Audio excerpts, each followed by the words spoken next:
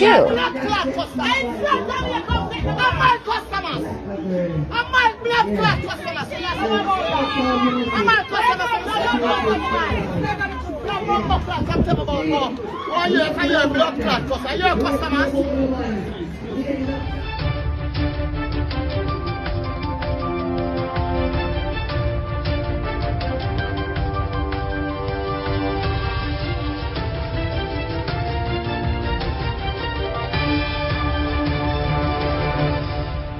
Welcome back to MyView TV, the people's platform, the home of undiluted news, reviews, updates, and your daily dose of entertainment.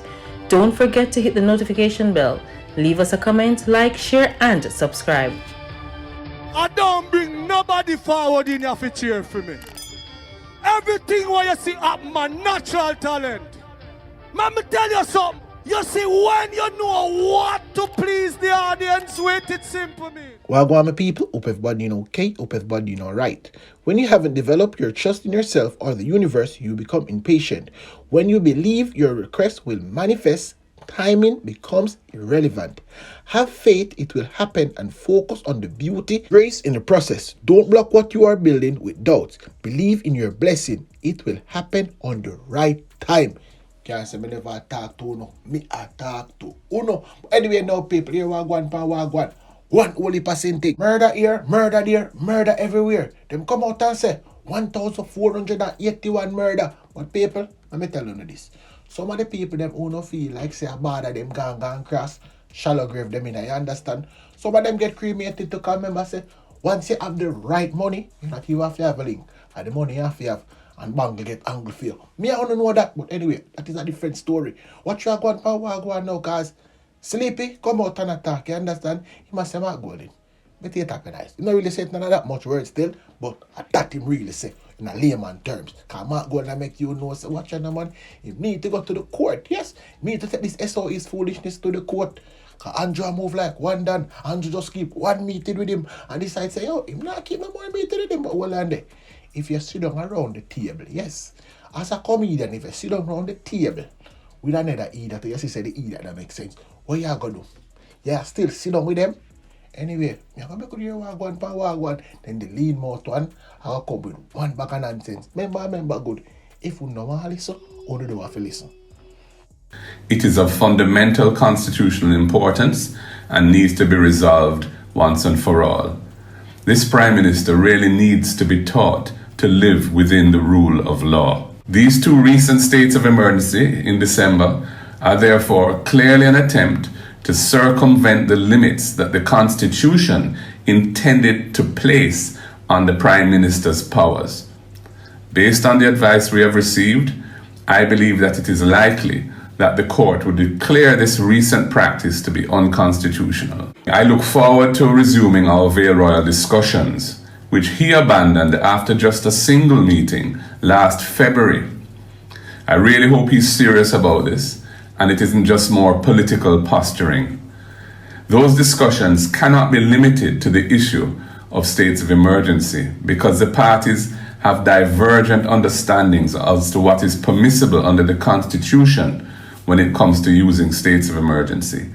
I therefore suggest that the talks must be on broader national security strategy, where there is potential for useful dialogue leading to consent. What happened with the former leader of the opposition who expressed his own concern? Okay, that's Dr. Phillips, you mean? Yes, Uh-huh. but gave the support because he accepted the responsibility of the executive to take action in that phase to set the policy framework. And we think it was necessary policy. It was always followed, but it would allow for keen observation of the institution that the powers were not abused. That was the purpose of that particular clause. And therefore, you could go for a certain level of national understanding and what's a very serious problem. Right? And that's why I said you set certain unwritten rules are often what allows for the character and development of character of government. Our use of the state of public emergency as a protective shield is designed to protect the law-abiding citizens, restrict the lawless, and ensure that citizens over the festive season could enjoy a good time. Law-abiding citizens can rest assured that the net fishing practice of times past no longer applies to today's security operations. All the required measures have been put in place to prevent the violation of human rights while targeting, apprehending, and removing violence producers from the communities. Our officers rely on quality intelligence to carry out their operations. These states of public emergency are restoring a sense of normalcy for law-abiding citizens so they too can exercise their fundamental rights and enjoy it. The government's commitment is to protect the lives of all law-abiding citizens. The state of public emergency is a proven, effective tool for protecting Jamaican lives. Beginning of this year, the country has recorded a daily average of 4 murders. This peaked in September, where the daily average reached nearly 5 murders. September and October recorded increases as high as 8% when compared to 2021. Over the past 2 months, we have managed to reduce the daily murder average to 2.5 and have reduced the gap between last year and this year from 8% above in early October to 1.5% currently. This has been achieved through a suite of legislative, operational, and intelligence responses. The key legislative tools were the provision of emergency powers to the security forces for 2 14-day periods during November and December, and the new Firearms Act coming into effect at the beginning of November. The use of states of public emergency has once again proven to be the quickest and most effective way of rapidly reducing violent crime.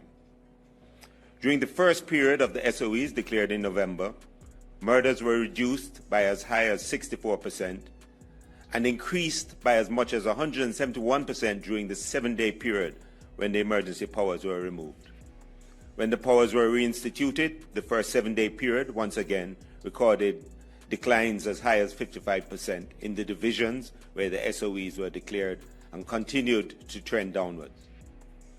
With the Firearms Act, from November the 1st to December the 20th, we charged 70 persons under the new act, 63 men and 7 women, the majority in the 16 to 30 age group. I look forward to the impact that the new sentencing provisions will have. On the operational side, Operation Relentless 2, a jointly planned and executed operation with the JDF and the police, was launched in September, which by October started to stabilize the increase we were experiencing. With the provisions under the Emergency Powers Act, the operation became that much more effective, resulting in immediate reductions. The police divisional crime response plans were reviewed and adjusted where required, and key divisions benefited from additional resources. Our aggressive recruiting and training process allowed us to graduate over 600 new officers over this last quarter. We were also able to assign additional mobility assets, including quick response bikes, to key areas. Our intelligence capability has allowed us to interrupt literally hundreds of murders and has led to increased confrontations with gunmen. We have intercepted criminals who are in the illegal firearm ecosystem, leading to the highest level of gun recovery in 5 years. Along with our partner agencies and overseas partners, we have been targeting the organized criminal networks, their assets and their safe spaces. This will increase into 2023 as we up the ante for those who have chosen to destroy the country for their own selfish ends. Our intelligence has indicated that there are those criminals who are seeking to use the cover of the festivities over this period to mask their movements, carry out their shootings, and intimidate communities and commercial interests. This is unacceptable, and to prevent it, we will need to optimize available resources and act on intelligence to separate those violent gunmen from the communities and those that they wish to harm. We must continue our downward trend in murders. Operation Relentless 2 will continue in the various divisions, with those declared having the additional powers under the Emergency Powers Act. We'll continue to pursue and interdict those who seek to hide themselves away from their traditional spaces. And we ask that every well-thinking and well-meaning Jamaican comes on board with us to support the effort of our security forces. As we close this year and move into the new year, it is critical that we sustain the downward trend, using all the tools that we know are effective in curbing the violence we continue to see. Therefore, in consultation with the CDS, we requested the use of emergency powers under a limited state of public emergency in the divisions that were previously mentioned and parishes. The addition of St. Andrew North will now bring all divisions in the corporate area under an SOE, allowing for greater coordination of assets as the violence producers are targeted, particularly in volatile spaces and at the divisional borders. Intelligence is indicating the movement of gangsters and illegal guns through and in the St. Andrew North Division, as well as attempts by migrant criminals to align and establish themselves in some hotspots in the division. This cannot be left unaddressed if we are to continue to reap the successes that we have been seeing, particularly across Kingston and St. Andrew. As we prepare for the end of the year and the many events and commercial activities that are a feature of the period, I ask the public to continue to obey the rules and laws associated with public order, loud noise, and traversing the roadways. They are there for your safety, and whereas we are out in our numbers for this period, it is not possible to be everywhere. We ask you to take responsibility for your personal safety on the roads and at these events, while we maintain the operational activities associated with targeting of violence producers and criminal gangs, as well as violence reduction in hotspots.